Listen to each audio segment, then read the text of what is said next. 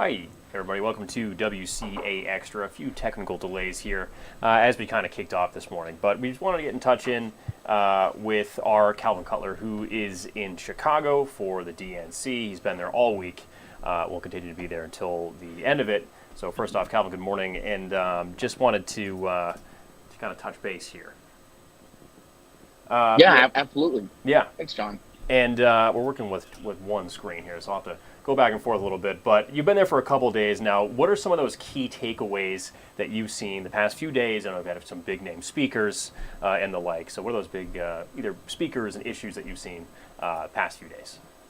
Yeah, I mean, I think really what we've seen is the party rallying around Vice President Kamala Harris as the party's nominee.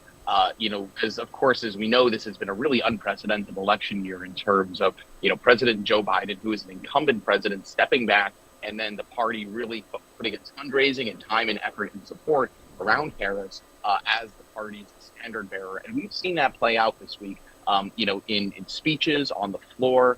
Vermont's delegation, we sent 24 delegates to Vermont. All of them, of course, voted for Harris on the floor as well. So I think that's one of the big takeaways is sort of party unity, like what we saw with the Republican National Convention, the party coalescing around Trump. We're now really seeing this around Harris. There are a few wedge issues and there are, I think, some lingering questions about the broader Democratic electorate and how unified it is. Certainly we can get into those. But I think that's the big takeaway that I've seen is a lot of speeches rallying around a common message, rallying around policies, working for livable wages, paid family leave, climate change policies, types of democratic policies that they've seen under a Biden administration, under some of the CHIPS Act and the Inflation Reduction Act, the American Rescue Plan, et cetera, and looking to take that and keep that moving. And keep that policy agenda with a Harris administration as well, if she's elected. Absolutely, and that's kind of echoing some stuff that I had heard from when we spoke to one of the delegates earlier this week. Is really just that momentum piece of saying, hey, now we finally have all of our cards aligned behind Kamala Harris, and they'd like to keep that going within the party. But you touched on a little bit too, especially with Senator Sanders. We had a clip of that in the morning show this morning. What are some of those reactions you saw last night, especially seeing from the Vermont delegation with him taking the stage last night? Yeah.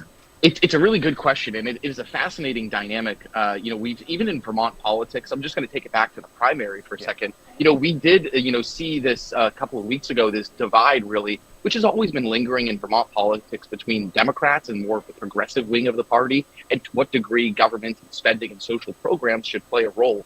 And we've seen that, of course, play out, of course, within the Democratic Party and Progressive Party nationally as well. You remember 8 years ago, Senator Sanders in 2016 was jockeying for the presidential nomination, and he was beat out by Hillary Clinton at the DNC with delegates. And there is, I think it's fair to say that there was some heartburn amongst the progressive wing of the party and among some of Sanders' supporters.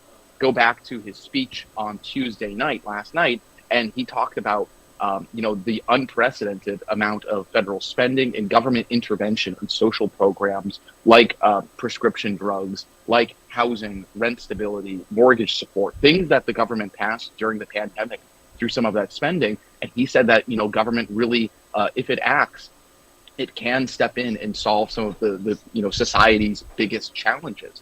And really what we heard Senator Sanders, in his speech was calling for the Democratic Party writ large to embrace those ideas of government playing a bigger role. And, there was certainly a lot of fanfare. There was a lot of really loud cheers for Sanders' speech. And I think that really does, shows how, in some ways, the party is unified in that way. I think there's certainly still lingering questions, though, about the war in Gaza following the October 7th attack. Senator Sanders also mentioned that the Harris administration, if elected, should push for a ceasefire and an end to the war. But that certainly still is one wedge issue among Democrats, too. Yeah. And then that kind of leads into my next point here. Looking ahead into today, what's on the docket as far as today goes, and then also a little bit of your coverage tonight there. Yeah, I mean, so for the today, the national sort of bill, or the playbill, if you will, is introducing people to the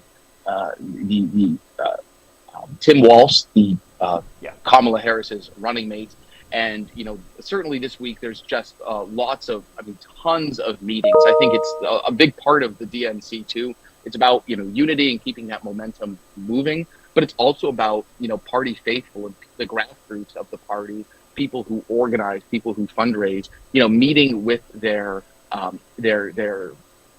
counterparts from other states, learning tips and tricks and exchanging contacts. Yeah. So that's also a really big part of what we've seen. Vermont's delegation is doing that too. So yesterday we looked at Vermont's delegation. Who are they? Where do they come from? What is their background? What are they hoping to get out of this? And tonight, we're going to be exploring that concept of momentum and the concept of party unity as well.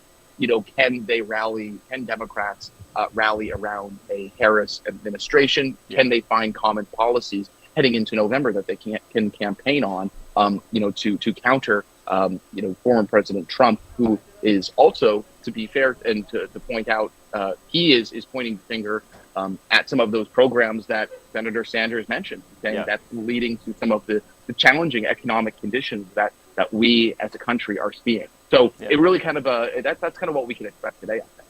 Yeah, that really does seem like the overarching theme of putting party unity, especially in a shakeup that was just now months ago. We were changing the candidate there, but with Calvin, thanks for hopping on. I know you have definitely a busy day ahead of you, and look forward to coverage tonight as well. And I guess one last quick thing too. Get yourself a piece of deep dish or something. After a few long days, you'll probably deserve it. So anyway, Calvin, thanks so much for hopping on, and we'll let you go here. Yeah, thank you very much, John. We appreciate it. All right, see you later. That was our Calvin Cutler again, talking all things DNC. He is there pretty much the whole time this week, just talking what you can expect each night. He'll have coverage, of course, our evening shows as well. So definitely a lot to take in from Calvin. And but kind of moving on here to our neck of the woods here. Peter, I don't even know where I'm looking right now. That's Derby. That's Derby. Yeah, we had some tech issues to kick this off, as we're starting a little late. So at this point, I couldn't tell if that was rain or just like that is static. That is point. Rain in Derby. I can tell it's working because we just saw a truck drive by. So. Yeah. Okay. Well, I'm thankful the lights are still on here. So. What can you tell me as far as today goes, the rest of the week goes? I know we have some events coming up this week, the fair. And, again, kind of a gray, cloudy, cool day out there. Our second day of kind of fall-like weather, if you will, with daytime highs here again today. Upper 50s and low to mid 60s. So again, just kind of talking that gray kind of fall-like weather. We'll take you outside. Yeah. Here is the view on satellite radar again, dealing with some of those rain showers out there, especially the further north you look into New York's North Country, extending into northern portions of the Champlain Valley. Also got a few showers down towards Middlebury, Montpelier. Here's a look across the area right now. If you're not dealing with the rain showers, we're all basically dealing with the gray skies and clouds. So temperatures here starting off the day in the 50s, a few lower 60s. You can see Plattsburgh has made it to 60 degrees, but otherwise most of us into the 50s, and we'll talk daytime highs in the upper 50s and low to mid 60s here as we head towards this afternoon. Here's how the day shapes up on Futurecast. Again, probably a better chance at a few rain showers, especially the further north you are, and compared to the day yesterday, today looking to be the rainier of the 2 days. As we head through the course of the afternoon and evening hours, still hanging on to those rain showers. We head into your day on Thursday, though. I think we can begin to break apart that cloud cover just a bit, maybe get in on a little bit of patchy sunshine here and there. Still the chance at dodging a few rain showers here and there, but that patchy sunshine that we see tomorrow should help to warm us up just a little bit more than where we are for the day today. Then take a look at Friday. Friday really is the day of change as we get plenty of sunshine going, and the sunshine just carries over for the entirety of your day on Friday. In terms of how much rain we're talking about, might as well say for most of us, it's between a quarter and upwards of a half an inch of new rain here as we head through the rest of the day today. Temperature-wise, again, today, the fall-like day out there, we'll be talking daytime highs from in the upper 50s and lower 60s out there, mid to upper 60s here for the day tomorrow. Then we're back into the 70s and 80s here as we head into the upcoming weekend. Temperatures here through the rest of the day, again, mid to upper 50s, low to mid 60s, mostly cloudy skies overhead. A few rain showers on and off in nature through the course of the day today. Tonight, again, we fall back into the 40s and 50s. Again, still a chance at a few rain showers here as we head through the course of the night tonight. Think we can get a bit of sunshine going tomorrow. Temperatures climbing back into the mid and upper 60s and a few lower 70s here as we head towards tomorrow afternoon, but there still is the chance at a few stray rain showers on and off in nature. Now look at that 7-day forecast. Friday, we get the sunshine back. That sunshine carries over for the weekend, Saturday and Sunday, all looking pretty good. There is the outside chance it may be a few stray rain showers for Sunday and into the day on Monday, but really for the most part, we should be mainly dry, talking a good amount of sunshine, and temperatures, they'll start to rebound closer to more normal levels here for this time of year, back into the 80s here as we head into the upcoming weekend. Yeah, definitely a little dip the next yesterday, today. Yep. Nice little break here. Yeah. And then we're going right back into a little more summer-like temperature just in time for the Champlain Valley Fair. Just in time for the Champlain Valley Fair, and we get the sunshine back as well. Yeah, absolutely, Peter. I can't wait for time to get out there. We'll be there. We'll be there Friday. Friday afternoon. That's right. And probably eating a fried Oreo. Yes, I think you will find me eating plenty of food. Anyway, Peter, thank you, and thank you guys for tuning in to WCA Extra. Of course, you can see us again on Channel 3 News at noon, and see us in our evening shows as well. And one quick note to see all of Calvin Cutler's coverage the next few days, especially at the DNC. Be sure to look out for that. So, there you guys go, and have a good one. Oh, I was